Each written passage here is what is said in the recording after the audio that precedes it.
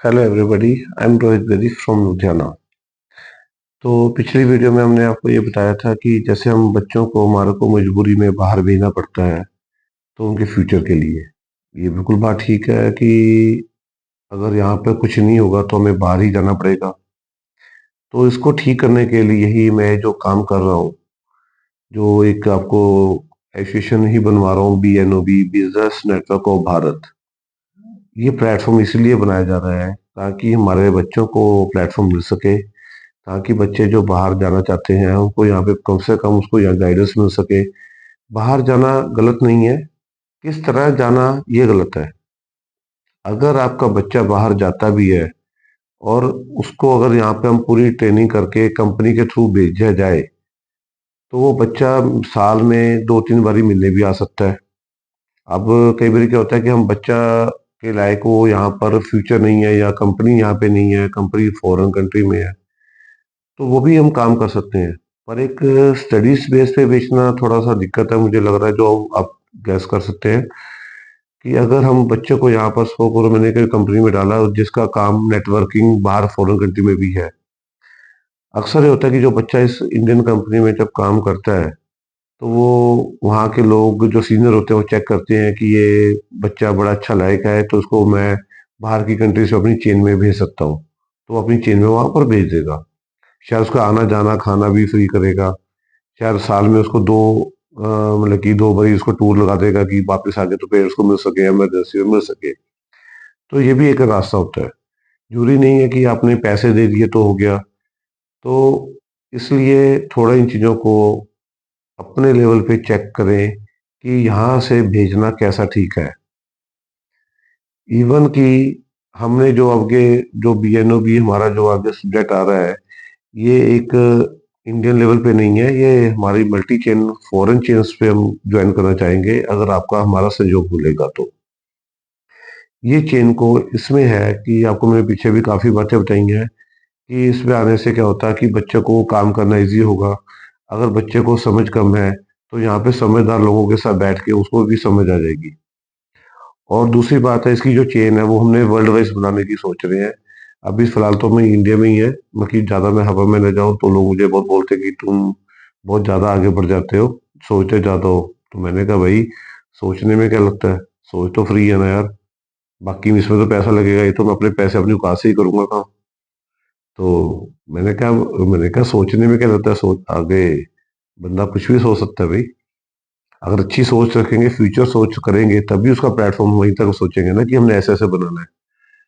तो फिर इसके साथ रिलेटेड भी हमने काफ़ी की चीज़ें जोड़ रहे हैं।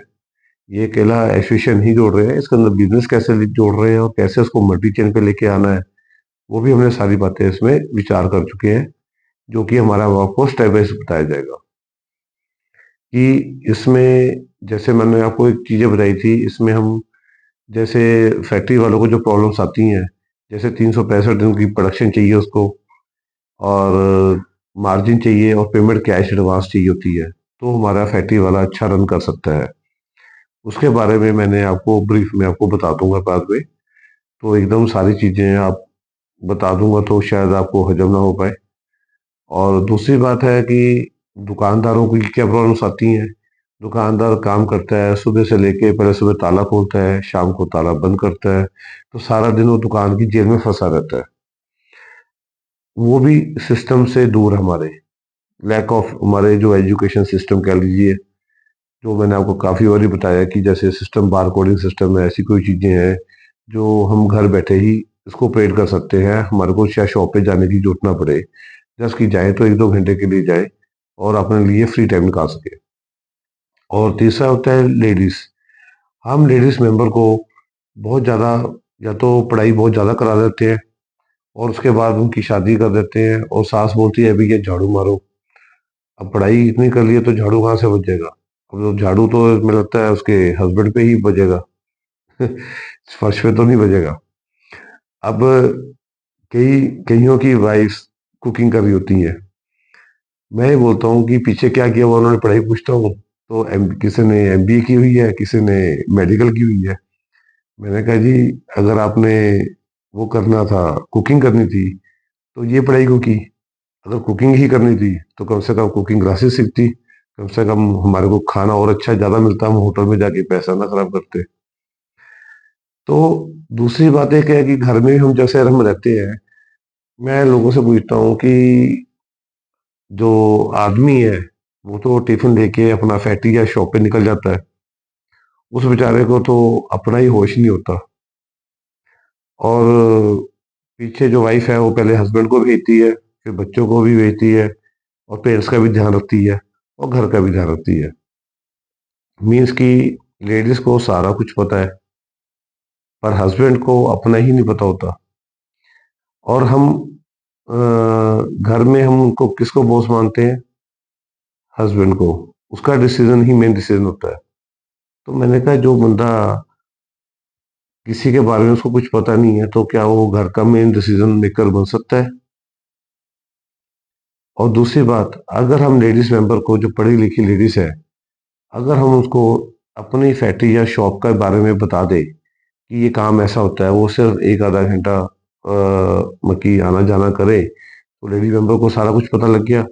और घर पे ही अगर हम स्क्रीन और कैमरा लगा दे तो क्या उसको कंट्रोल करना सारा नहीं आ जाएगा?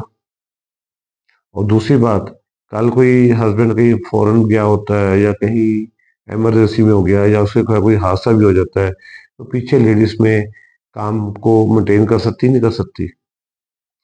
और दूसरी बात, हमेशा बॉस वो होता है जो टिफिन लेके आगे निकल गया, वो नहीं होता। मेरे हिसाब से तो वो एक वर्कर कह सकता हूँ। अगर वो हस्बैंड भी अगर पीछे घर में ही स्क्रीन लगा के